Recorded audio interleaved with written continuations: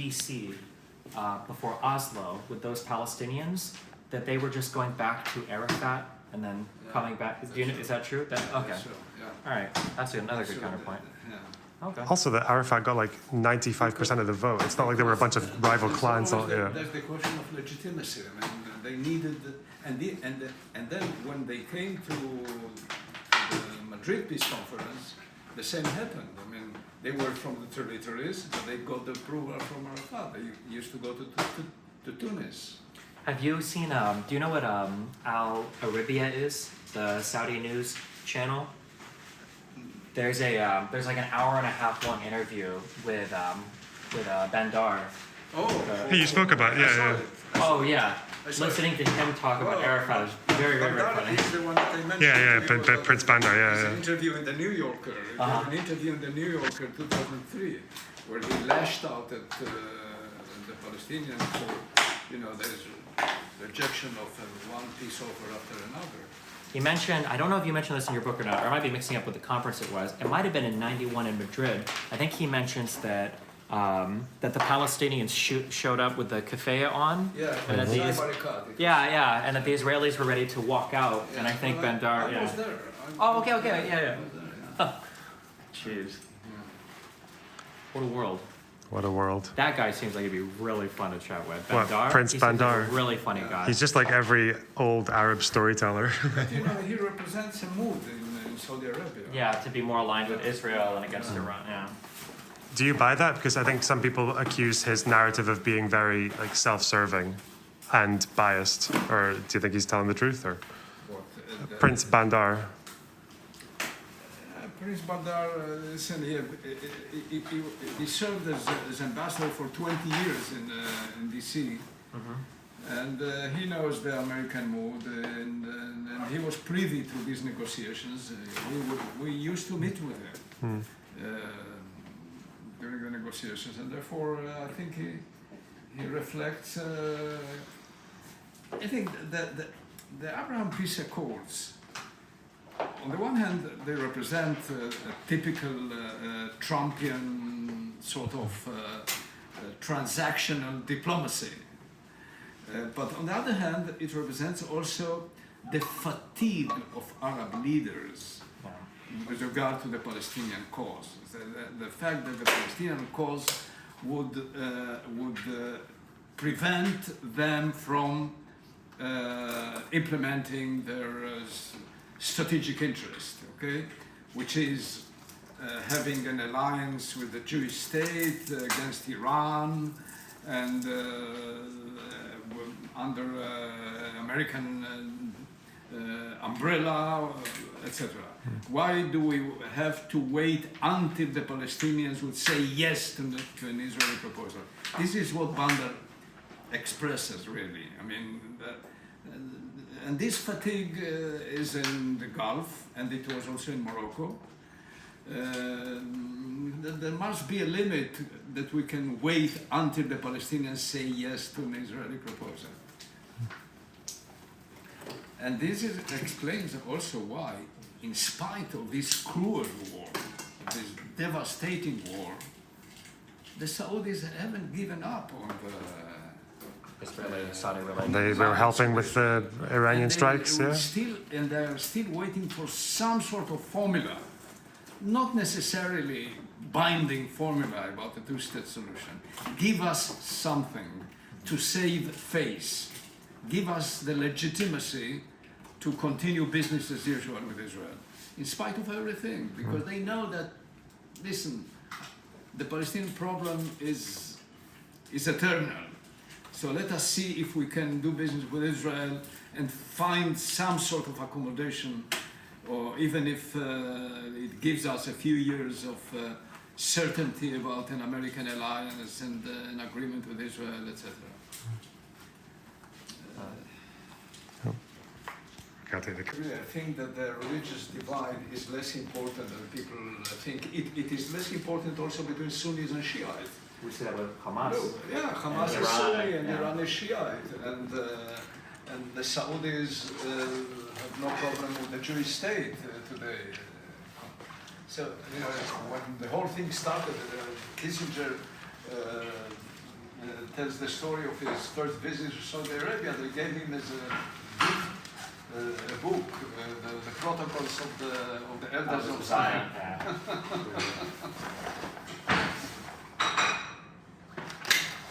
I think also the fact that, I don't know if you feel the same, but I've heard from Israelis that when the Arab Spring was happening, people were quite scared that now that these leaders are in trouble, that the actual popular opinion in the country might take over, which is much more negative against Israel. But then one example that goes against that is in Egypt, the Muslim Brotherhood comes in and they uphold Camp David for the small period in there. Absolutely.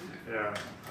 But this is again, this is the point I was trying to make, that peace with states is different than peace with a movement, with a national movement that hasn't yet defined clearly the boundaries of his vision.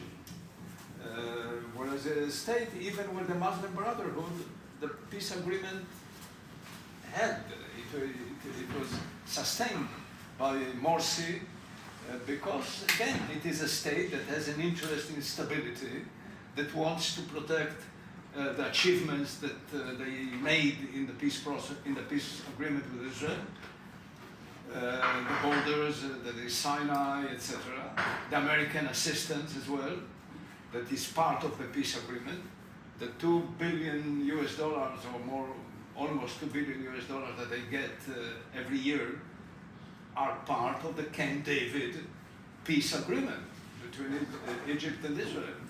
So there is a vested interest in stability, which in the case of an unsatisfied Palestinian national movement, such a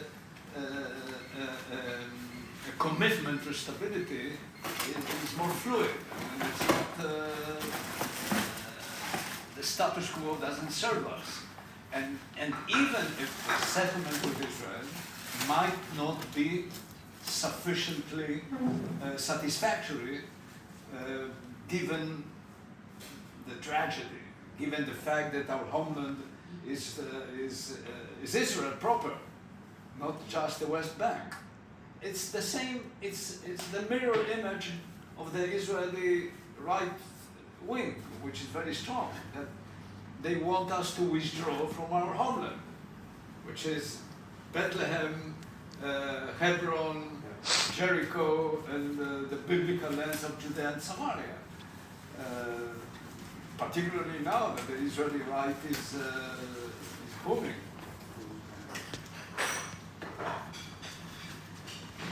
I am amazed how, really, again, how people like Olmert, you know that I was his commander in the army. I didn't know that. No, I didn't. That people keep insisting on the technicalities of the problem. They don't see the trends, how the impersonal forces of history. The impersonal forces of history are no less important than the personal forces of history. I think one of the things he told me was just that he feels like no matter how hopeless it feels or how many issues there are on the other side, like all we can do is make our side better. And I think that's kind of the mindset he uses when he's talking about like always feeling optimistic about the next peace deal or whatever. But maybe that's just his attitude. Anyway, but he agrees with me. Last time we met, in fact, we are going to be next week together in Europe. But that he understands that we need to give it a try, one more attempt, and if it fails, he will fall back on his own idea of the convergence plan. I don't know if he said that to you. Yeah, it's like unilateral disengagement, right? Yeah. Yeah.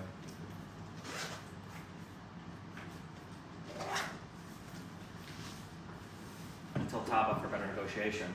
I feel like there was no wisdom there. I don't think his mind was ever like, if I say no here, I can get more there. I feel like it was always just no, no, no, no, no, no, no. No, yeah, that was it. That was it. Because we didn't, one interpretation can be that maybe our offer was not generous enough, it was not the right offer. The other interpretation is that they were not interested. That is Yeah. he didn't want it. It reminds me of 181 because people always say in 47, a common argument given about the partition was that 55% of the land was given to 45% or whatever of the population. But that's a dumb argument because any percentage of land, 1 cubic meter of a Jewish state, would have never been acceptable. Even if it was 20% or 10% or 5%, it wouldn't have mattered at any point. In 47, that was the case. Yeah. I mean, the Palestinians didn't want any kind of partition because they thought that the Israelis didn't deserve A state. any part Yeah. of the land. And when the Arab countries, the Arab states invaded Palestine in 1948, it was not in order to implement the partition plan.